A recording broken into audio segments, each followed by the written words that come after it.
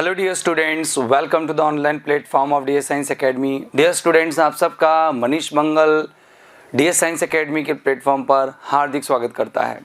दोस्तों, आज हम पढ़ने वाले हैं हमारी लास्ट पोइम और उसका टेक्स्ट पढ़ेंगे, लेकिन उसको पढ़ने से पहले हम उसकी वोकैब नोट करेंगे। जैसे कि हमारी परिपाटी चलती आ रही है और वो परिपाटी ये रही है कि before we start reading the poem we just complete the vocabulary of the entire text of the poem. Okay?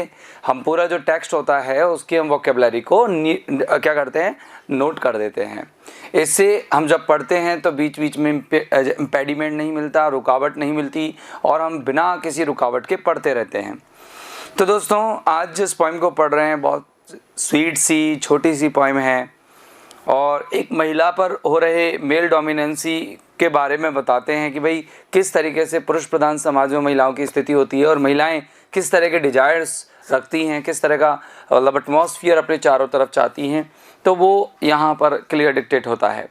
तो dear students, let us begin writing some vocabulary. तो आप कॉपी और पेन लेकर के स्टार्ट हो जाइए और नोट करना शुरू करो। तो देखो, मैं थोड़ा सा इनको बड़ा कर देता हूँ जिससे कि आपको ये लाइन अच्छे से दिख जाए। तो लेट अस बिगिन, शुरू करते हैं। देखिए, Aunt Jennifer is the name, okay? So don't write this spelling. Jennifer नाम है और इसके देखो टाइगर्स जानते हैं आप। प्रेंस यानी होता है जंप करना। ओके, प्रेंस यानी होता है जंप और जंप JUMP जंप, उछलना। ठीक है, इसको हिंदी में बोलते हैं उछलना और इंग्लिश में इसको और क्या कहते हैं जंप के अलावा? इसको कहते हैं हम बाउंस, BOUNCE बाउंस। और बाउंस करने के अलावा हम बोलते हैं पल्सेट करना, PULSATE पल्सेट। तो आपको 3 मीनिंग आ गए किसके? प्रेंस के।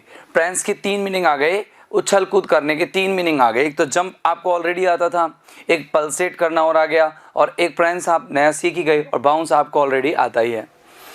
क्रॉस मानिए एक छोर से दूसरी छोर पर। स्क्रीन आप जानते हैं डिस्प्ले। क्या हो रहा है इस पोइम में ये आपको बाद में बताया जाएगा, पहले आप वोकैब नोट कीजिएगा। डिस्प्ले, प्रदर्शनी। ओके, अब आगे देखेंगे ब्राइट, चमकीला।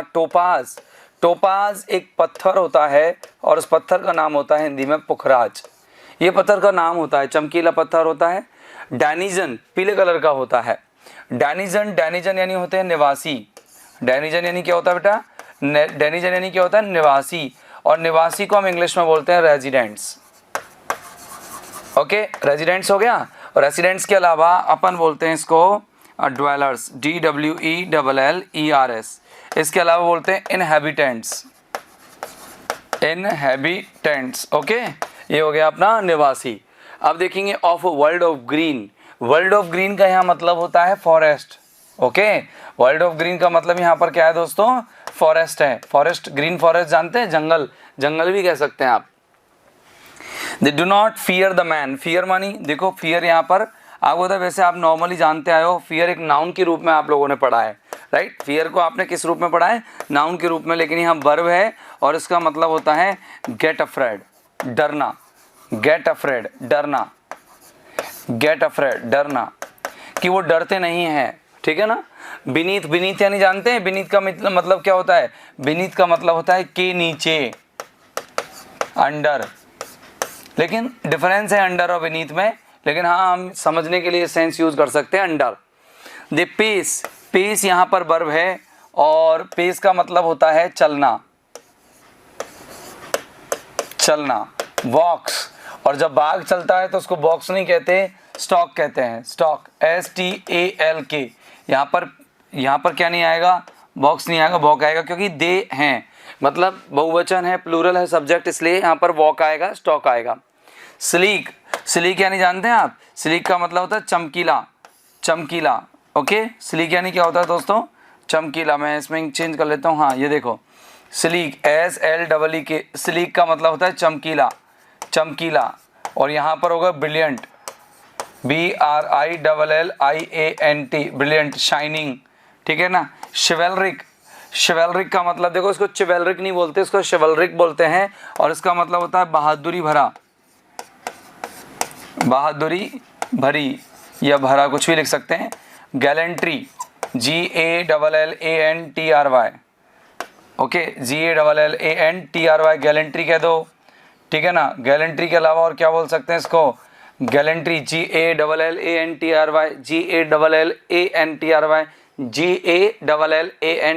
गैलेंट्री। इसके अलावा देखो, मैं इसको एक बार स्क्रीन को क्लीन करना चाहता हूँ। आप इसको रोक करके आप इसको एक बार लिख सकते हैं। मैं एक बार इसको क्लियर कर रहा हूँ, देखिए ये लो। अब आप देखेंगे शिवलरिक का अर्थ हमने एक लिखा था गैलेंट्री, और गैलेंट्री के अलावा मैं आपको एक इसका लिख रहा हूँ वैलोरस, VALOROUS, वैलोरस कह दो, विगोरस कह दो, VIGOROUS। ये सारे के सारे सिमिलर वर्ड्स हैं इंग्लिश में जो मैं आपको लिखा रहा हूँ, ठीक है। सर्टेनिटी यानी जानते हैं निश्चिंतता, यानी कि यहाँ पर फेथ या ट्रस्ट में आएगा, विश्वास, फेथ, ट्रस्ट, विश्वास, श्योरिटी, अश्योरेंस, ठीक है ना, ये इसको कहते हैं अपन विश्वास। ओके, तो ये फर्स्ट स्टेंजा की वोकैब आपने नोट कर ली होगी दोस्तों। अब चलते हैं हम अगले स्टेंजा की तरफ। तो थोड़ी मैं इंक और चेंज कर लेता हूँ, ये वाली डार्क लेता हूँ। अच्छा, अब देखेंगे, हाँ, okay. Aunt Jennifer's fingers fluttering through her wool. अब देखो, आंट जेनिफर तो आप पहले पढ़ चुके हैं। इसके बाद फिंगर्स जानते हैं उंगलियां होती हैं, और फ्लटर करना, फ्लटर यानी फड़फड़ाना या कांपना। यहाँ पर उंगलियों के फड़फड़ाने का मतलब है ट्रेम्बल करना, ट्रेम्बलिंग, शिवरिंग, SHIVERING, इसको हिंदी में बोलते हैं कांपना, ठीक है ना, कांपती है, कांपना। और वूल यानी होता है ऊन। क्या होता है वूल यानी ऊन, क्या होता है वूल यानी ऊन, ठीक है ना। Find even the ivory, Ivory यानी क्या होता है, आइवरी क्या होता है, हाथी दांत से बनी हुई श्वेत। हाथी, जैसे हाथी दांत का रंग कैसा होता है, हाथी के दांत का सफेद, तो हाथी दांत से बनी हुई श्वेत, श्वेत यानी कि इसको कहेंगे white made of tusk, made of tusk, white made of tusk. Tusk यानी होता है क्या, हाथी दांत, टस्क। ओके, इसके बाद कहेंगे नीडल, नीडल यानी जानते हैं आप सुई होती है, सिंपल है। हार्ड टू पुल, पुल यानी होता है खींचना, खींचना। ओके, इसको मतलब ड्रैग आउट करना, DRAG, ड्रैग अप या ड्रैग आउट करना। ओके, अब देखो द मैसिव, मैसिव यानी होता है विशाल या भारी, विशाल, इसको कह सकते हैं अपन हैवी, HEAVY। और वेट यानी जानते हो आप वजन। ऑफ अंकल्स वेडिंग, वेडिंग यानी होता है मैरिज, वेडिंग यानी शादी, MARRIAGE, मैरिज। और वेंड यानी होता है स्ट्रिप, फीता, STRIP, स्ट्रिप, फीता। ओके, मैरिज, फीता हो गया ना। अब देखो सिट्स हैवीली, वही भारी रूप से, ठीक है ना, heavily upon aunt Jennifer's hands. ये सिंपल है, बहुत इजी है। तो देखो एक बार क्या क्या लिखा अपन ने कि आंट जेनिफर्स फिंगर्स फ्लटरिंग करना, फ्लटरिंग करना मतलब ट्रैम्बलिंग करना, शिवरिंग करना थ्रू हर वूल, वूल यानी जानते हो आप ऊन का पिंडा होता है, पिंडी होती है। Even find the ivory, ivory का मतलब हमने सुना हाथी दांत से बनी हुई। Needle hard to pull, hard to pull मतलब खींचने में बड़ी कठिन। द मैसिव, मैसिव यानी होता है विशाल, heavy. Weight of uncle's wedding band, uncle जानते हैं आप, मतलब अंकल यहाँ आंट हम जेनिफर को बोलते हैं, उनके हस्बैंड की बात आ गई सीधी, उनके शादी का स्ट्रिप, फीता, हैवीली यानी भारी रूप से, upon aunt Jennifer's hand, Jennifer के हाथों पर। Okay, and now we are moving to the last stanza of this poem dear students. देखिए, yes, when aunt is dead, dead means होता है मतलब मर जाएगी, यानी कि end her life, aunt will end her life, her life. जब चाची का जीवन खत्म हो जाएगा तो क्या होगा, टेरिफाइड, टेरिफाइड यानी भयभीत, भयभीत। और भयभीत को इंग्लिश में बोलते हैं अपन FRIGHTENED, फ्राइटन्ड, डरे हुए। विल लाई, लाई का मतलब होता है क्या, पड़े रहना, हिंदी में पड़े रहना, इसका मतलब होगा पड़े रहना मतलब नॉट वर्क, पड़े रहना यानी कि not in work, not in use, not in work, not in use कह दो, लाई होना, पड़े रहना। और सिचुएट करना भी होता है और झूठ बोलना भी होता है। स्टिल रिंग्ड, रिंग्ड मानी होता है सराउंडेड, एनसर्किल्ड, CRICLED, घिरे हुए, रिंग्ड का मतलब घिरे हुए, घिरे हुए।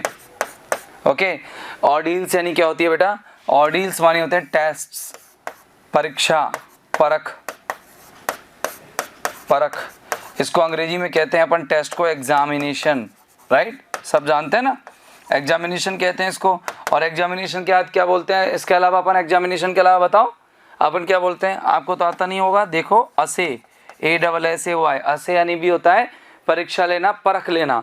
ओके, इसके अलावा एक प्रोबेशन और वर्ड होता है, PROBATION, प्रोबेशन यानी भी परख या परीक्षा होती है, जांच, है ना।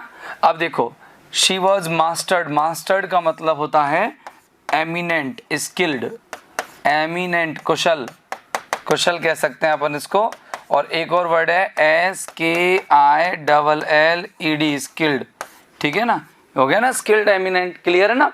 अब आगे देखो, the tigers in the panel, panel का मतलब होता है पर्दा, और पर्दे को यहाँ पर अपन बोलेंगे कैनवास। क्या बोलेंगे बेटा? CANVAS, canvas. Okay, that she made, okay, वो जिसे बनाती है, will go on, go on यानी कंटिन्यू, जारी रखना, CONTINUE, कंटिन्यू यानी जारी रखना। ओके, क्लियर है बेटा? जारी रखना। प्रांसिंग, प्रांसिंग आपने देख लिया।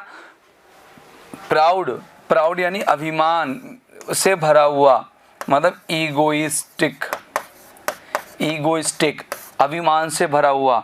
अनअफ्रेड, अनअफ्रेड मानी निडर, और निडर को अपन बेटा अंग्रेजी में कहते हैं फियरलेस। क्या बोलते हैं? फियरलेस। ओके, अब आप एक बार इनको फिर से देख लेंगे सभी वर्ड्स को। When aunt is dead, aunt is dead मतलब aunt will end her life, यानी कि आंट जो है will no more, will be no more, वो नो मोर रहेगी, यानी कि दुनिया में नहीं रहेगी। तो उसका जो टेरिफाइड हैंड्स हैं, टेरिफाइड यानी जानते हो भयभीत, भयभीत, लाए मानी पड़े रहना, रिंग्ड मानी सराउंडेड, ऑर्डिल्स यानी जानते हैं आप आसे, अग्नि परीक्षा, इनको हिंदी में अग्नि परीक्षा कहते हैं, परीक्षा, परख, और अपन इसको और भी अच्छे टर्म्स में बोल सकते हैं। मास्टर्ड यानी स्किल्ड, एमिनेंट, कुशल होता है। इसके बाद पैनल, पैनल यानी जानते हैं कैनवास या मोटा पर्दा होता है। और इसके बाद हम गो ऑन का मतलब देखेंगे कंटिन्यू है, और इसके बाद हम प्राउड का मीनिंग देखेंगे, फिर अनअफ्रेड का मीनिंग देखेंगे। डियर स्टूडेंट्स, आप इन सभी को बड़े सुनहरे और गोल्डन शब्दों में बड़े तरीके से लिखेंगे। तरीके से कैसे लिखेंगे मैं बता देता हूँ आपको, लिखना कैसे है। अभी तक आपने नोट ढंग से नहीं किए हों तो अब आप नोट करेंगे, ठीक है। अब देखो लिखना कैसे, जैसे एक वर्ड, पोइम का जो वर्ड है, जैसे मानो हम ये लिख रहे हैं, आपको मीनिंग लिखना है गो ऑन का। तो गो ऑन का मीनिंग लिखने के लिए तो आप सबसे पहले इधर की तरफ लिखेंगे, यहाँ लिखेंगे आप, सबसे पहले ऊपर की तरफ लिखेंगे गो ऑन। ओके, अब गो ऑन लिख दिया आपने, फिर उसके बाद में आप हिंदी भी नहीं लिखेंगे उसका, जारी रखना। फिर उसके सिमिलर वर्ड मैंने जो यूज़ लिखा है कंटिन्यू है, तो वो आप कंटिन्यू लिखेंगे इस तरह से। तो अगला वर्ड आपको लिखना है, जैसे सर ने बताया कि पैनल, तो पैनल का मीनिंग लिखा मोटा पर्दा, पर्दा, और उसके आगे इंग्लिश लिख दिया कैनवास। अब ऐसे ही टेरिफाइड, टेरिफाइड यानी भयभीत, और भयभीत के आगे अपन ने मीनिंग लिखा क्या? फ्राइटेंड। तो इस तरह से आप मीनिंग लिखेंगे, आपका वोकैब नोट करेंगे। और उसके बाद दोस्तों हम कल मिलते हैं अगले एपिसोड में, and in the next class we shall read the text of this poem with presentation, and I think you will enjoy this poem very greatly. And okay dear friends, I think it's enough for today. Thank you very much. Have a nice time. Good day. Goodbye.